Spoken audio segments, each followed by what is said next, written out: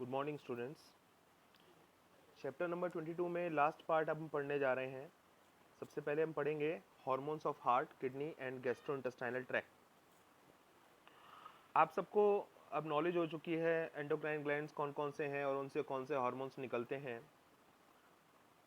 लेकिन जैसा कि पहले बताया गया था बुक में आपको कि हार्मोन्स कुछ टिश्यूज से भी निकलते हैं हमारी बॉडी के अंदर, और जिन्हें हम एंडोक्राइन ग्लैंड्स नहीं कहते, वहाँ से भी हार्मोन सिक्रेट होते हैं। जैसे कि हमारा हार्ट जो होता है, हार्ट के अंदर जो एट्रियल वॉल्स हैं वहाँ से ANF रिलीज होता है, जो कि बहुत इंपॉर्टेंट पेप्टाइड हार्मोन है। ANF रिलीज होगा तो उसका मतलब ये है कि हमारा ब्लड प्रेशर जो है वो डाउन हो जाएगा। It lowers the blood pressure. तो जब कभी भी ब्लड प्रेशर बढ़ जाता है तब ANF सिक्रीट होता है, और इसकी वजह से जो ब्लड वेसल्स हैं वो डायलेट हो जाती हैं और हमारा ब्लड प्रेशर लोअर हो जाता है। Next is the erythropoietin, which is released by the juxtaglomerular cells of kidney. तो erythropoietin जैसा कि नाम है, इससे समझ में आ रहा होगा कि ये स्टिमुलेट करता है erythropoiesis यानी formation of RBC। Endocrine cells present in different parts of the gastrointestinal tract secrete 4 major peptide hormones। तो हमारा जो डाइजेस्टिव सिस्टम है उसमें अलग अलग पार्ट्स से आपको हार्मोन्स निकलते मिलेंगे, और ये हार्मोन्स कौन कौन से हैं? गैस्ट्रिन है, सिक्रिटिन है, कोलिसिस्टोकाइनिन है और गैस्ट्रिक इनहिबिटरी पेप्टाइड है। तो सबसे पहला हार्मोन है गैस्ट्रिन। गैस्ट्रिन नाम से समझ में आ रहा होगा कि ये गैस्ट्रिक ग्लैंड्स पर एक्ट करेगा, और इसकी वजह से जो हाइड्रोक्लोरिक एसिड है और जो पेप्सिनोजिन है इसका रिलीज स्टिमुलेट होगा। तो पहली चीज़ हमें ध्यान रखनी है जो है वो है gastrin. Second is the secretin, जो कि पैनक्रियास पर एक्ट करता है, और इसकी वजह से जो वाटर का सिक्रीशन है वो और बाइकार्बोनेट आयंस का सिक्रीशन है हमारे पैनक्रियाटिक जूस में वो बढ़ता है। थर्ड इज द कोलिसिस्टोकाइनिन, जो कि दोनों पर काम करेगा, पैनक्रियास पर भी और गॉल ब्लैडर पर भी, और इसकी वजह से जो बाइल जूस है और जो पैनक्रियाटिक जूस है उसका रिलीज जो है वो स्टिमुलेट होता है। तो याद रखिएगा, जो गॉल ब्लैडर हमारा कंप्रेस होता है वो किसके एक्शन से कंप्रेस होता है? कोलिसिस्टोकाइनिन की कंप्रेशन से, कॉन्ट्रैक्शन से स्टिमुलेट होता है, और फिर जो है बाइल बाहर निकल करके आ जाएगा। Last one is the gastric inhibitory peptide. तो जैसा कि नाम सजेस्ट करता है कि it inhibits gastric secretion and motility. इसकी वजह से जो हमारा गैस्ट्रिक सिक्रीशन है वो घट जाता है। There are some growth factors also which are released by non endocrine tissue. तो ग्रोथ फैक्टर्स जो हैं ये हमारे बॉडी के अलग अलग पार्ट्स की रिपेयर में, रीजनरेशन में और नॉर्मल ग्रोथ में हेल्प करते हैं, और ये बॉडी के अलग अलग सेक्शंस में रिलीज होते हैं, और ये भी हार्मोन्स होते हैं। तो इनको हम ग्रोथ फैक्टर्स के नाम से जानते हैं। Next part is the mechanism of hormone action. तो हार्मोन जो है वो अपना काम कैसे करता है? They produce their effect on target tissue by binding to the specific proteins called hormone receptors. तो हार्मोन को पहचानने वाला जो हार्मोन रिसेप्टर होता है वो साइट पर प्रेजेंट होता है जहां पर हार्मोन आ रहा होता है। तो when hormone reaches the site of action, the hormone receptor which is located in the target tissues only receives the hormone। तो इसीलिए हम देखते हैं कि हार्मोन का एक्शन जो है वो बॉडी के अलग अलग पार्ट्स में, सारे पार्ट्स में नहीं होता, किसी specific part of the body में आपको हार्मोन एक्शन होता हुआ दिखाई देता है, बिकॉज उसके रिसेप्टर्स केवल उसी पार्ट में प्रेजेंट होते हैं। Hormone receptors present on sale membrane of the target cells are called membrane bound receptors, and the receptors present inside the target cell are called intracellular receptors। तो दो प्रकार के रिसेप्टर्स होते हैं। फर्स्ट टाइप होता है membrane bound receptor and second type होता है इंट्रासेलुलर रिसेप्टर। तो अब आपके समझ में आ रहा होगा इसका मतलब क्या है। देखिए, सेल सरफेस पर अगर रिसेप्टर प्रेजेंट है तो उसे बोलेंगे मेम्ब्रेन बाउंड रिसेप्टर, लेकिन अगर सेल के अंदर रिसेप्टर प्रेजेंट है तो उसे बोलेंगे इंट्रासेलुलर रिसेप्टर। तो ये नाम से ही क्लियर हो जाना चाहिए। तो इंट्रासेलुलर रिसेप्टर्स जो होते हैं वो बेसिकली कहाँ पर होते हैं? They are nuclear receptors mostly present inside the nucleus. तो जब हार्मोन अपने रिसेप्टर के साथ बाइंड हो जाता है तो हम देखते हैं कि एक कॉम्प्लेक्स बनता है जिसका नाम होता है हार्मोन रिसेप्टर कॉम्प्लेक्स। हर एक रिसेप्टर किसी एक हार्मोन के लिए ही स्पेसिफिक होता है। जैसे ताला और चाबी होती है एक दूसरे के लिए स्पेसिफिक, ठीक उसी प्रकार से हार्मोन और रिसेप्टर एक दूसरे के लिए स्पेसिफिक होते हैं।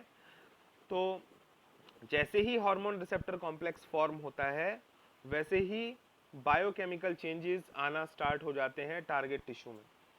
तो जिस टारगेट टिश्यू में वो receptor complex, hormone receptor complex form हो रहा है, वहाँ पर बायोकेमिकल चेंजेस आने लगते हैं और इससे जो टिश्यू मेटाबॉलिज्म है वो बदलने लगता है और हमारा जो फिजियोलॉजिकल फंक्शन है वो आ जाता है।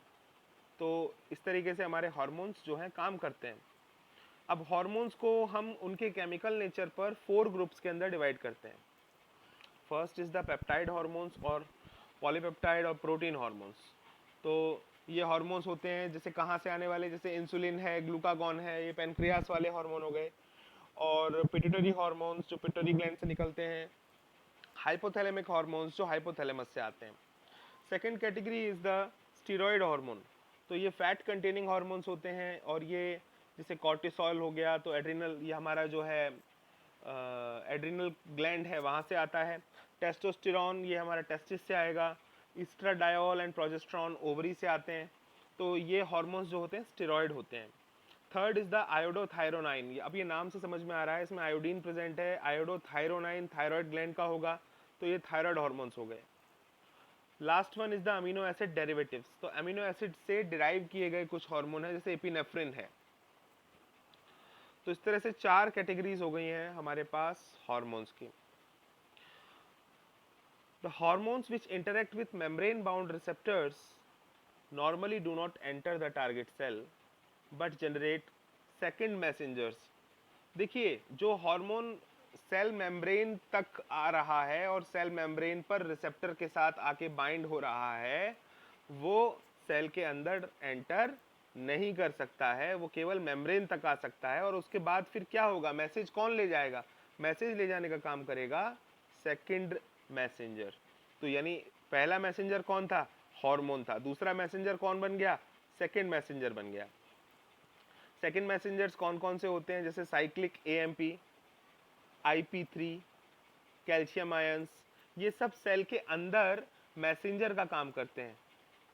तो अगर hormone receptor complex cell membrane पर फॉर्म होता है तो ये सेकंड मैसेंजर सेल के अंदर जनरेट होते हैं उसके जवाब में और फिर अपना अंदर जाकर के टारगेट पूरा करते हैं। तो they regulate the cellular metabolism finally. अब सेकंड कैटेगरी है उन हार्मोन्स की जो सेल के अंदर जा सकते हैं। तो ये हार्मोन्स जो अंदर जाएंगे तो इनके रिसेप्टर कहाँ प्रेजेंट है? सेल के अंदर। और मोस्टली जो जीनोम होता है यानी जो डीएनए होता है वहाँ पर इनके रिसेप्टर्स प्रेजेंट होते हैं। अब ये कौन कौन से हार्मोन्स हैं जो सेल के अंदर जा सकते हैं? जैसे स्टेरॉयड हार्मोन हो गए, आयोडोथायरोनाइन हो गए, ये सेल के अंदर जा सकते हैं और इनके रिसेप्टर कहाँ पर हैं? सेल के अंदर, यानी intracellular receptors. So they mostly regulate the gene expression or chromosome function by interaction of the hormone receptor complex with the genome। तो हार्मोन रिसेप्टर कॉम्प्लेक्स जो है वो कहाँ पर प्रेजेंट है, कहाँ बनेगा? जीनोम पर बनेगा। जीनोम लिखा है, इसका मतलब क्या है? जीनोम का मतलब हो गया हमारा डीएनए। और जीन एक्सप्रेशन का मतलब क्या हो गया? जीन एक्सप्रेशन का मतलब जो हमारा डीएनए प्रोटीन्स फॉर्म करेगा और वो प्रोटीन्स फिर फंक्शन करेंगे। तो that is cumulatively that is called as the gene expression. मतलब डीएनए का एक्सप्रेशन, डीएनए का जो काम है वो, ठीक है ना, उसको रेगुलेट करने का काम ये हार्मोन्स कर सकते हैं। कौन कौन से हार्मोन्स हैं वो? स्टेरॉयड हार्मोन्स और आयोडोथायरोनाइन। तो उसके बाद फिर जो फिजियोलॉजिकल फंक्शंस हैं और जो हमारे डेवलपमेंटल इफेक्ट्स हैं वो दिखाई देते हैं। डायग्रामेटिकली समझने की कोशिश करते हैं। देखिए सबसे पहले आपको बताया गया है जो मेम्ब्रेन बाउंड रिसेप्टर्स प्रेजेंट होते हैं। देखिए ये रहा एक रिसेप्टर, ये मेम्ब्रेन पर प्रेजेंट है। मेम्ब्रेन किसकी है? ओवरी की। अब फॉलिकल स्टिमुलेटिंग हार्मोन आता है। अब फॉलिकल स्टिमुलेटिंग हार्मोन कहाँ से आया है? पिट्यूटरी ग्लैंड से आया है। हमने पढ़ा है कि पिट्यूटरी ग्लैंड से जो हार्मोन आते हैं उनके रिसेप्टर्स मेम्ब्रेन पर प्रेजेंट होते हैं। तो now the receptor is present on the membrane and we see the formation of membrane, we see the formation of hormone receptor complex. तो एक बार जब ये हार्मोन रिसेप्टर कॉम्प्लेक्स बन गया तो उसके बाद आप देखेंगे क्या होगा, सेकंड मैसेंजर्स का जनरेशन होता है। कहाँ पर? Inside the cell. तो ये सेल के अंदर मैसेंजर का काम करते हैं और फिजियोलॉजिकल फंक्शंस को कराने का इनका जिम्मा होता है, इनका काम होता है। तो देखिए फिर क्या होगा, बायोकेमिकल रिस्पॉन्सेस आने स्टार्ट हो गए। मतलब सेल के अंदर केमिकल रिएक्शंस जो हैं वो होने लग गए, वो रिएक्शंस होने लगे जो कि इस हार्मोन के एक्शन पर होने चाहिए। एंड देन फिजियोलॉजिकल रिस्पॉन्स यानी जो फंक्शंस हैं उसमें बदलाव होने लगे, जैसे कि ओवेरियन ग्रोथ होती है हमको नजर आई। तो इस तरह से हम देखेंगे कि ये हार्मोन्स जो कि सेल के अंदर एंट्री नहीं कर सकते वो किस तरह अपना एक्शन करते हैं। They work by the action of second messengers. अब दूसरा देखिए सेकेंड वे, ये वो हार्मोन्स हैं जैसे कि हमारा ये एस्ट्रोजन आ गया है। यहाँ पर एस्ट्रोजन कहाँ से आ रहा है? तो एस्ट्रोजन आ रहा है हमारा ओवेरी से। तो एस्ट्रोजन क्या करेगा? यूटेराइन सेल मेम्ब्रेन पर जाकर के अपना काम करेगा, यूटेरस की सेल मेम्ब्रेन पर जाकर के अपना इफेक्ट शो करेगा। तो अब ये सेल मेम्ब्रेन पर रिसीव नहीं होगा, ये सेल के अंदर जा सकता है। तो एस्ट्रोजन सेल के अंदर आ गया। अब सेल के अंदर जाकर के इसका जो रिसेप्टर है वो किधर प्रेजेंट है? वो जीनोम में प्रेजेंट है। तो अब क्या बन गया? Hormone receptor complex. तो एक बार ये न्यूक्लियस के अंदर पहुंच गया और डीएनए के साथ बाइंड हो गया, तो फिर उसके बाद फिर क्या हो रहा है आप देखेंगे कि यहाँ पर चेंजेस आने स्टार्ट हो गए। डीएनए से एमआरएनए फॉर्म हुआ, एमआरएनए ने आगे जाके प्रोटीन्स का फॉर्मेशन किया और प्रोटीन्स ने फिजियोलॉजिकल रिस्पॉन्सेज देने शुरू करे, जिसकी वजह से टिश्यू ग्रोथ और डिफरेंशिएशन हुआ।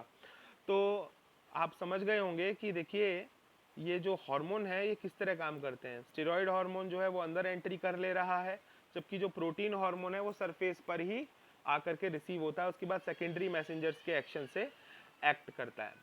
So thank you students for watching this video. That's it for today.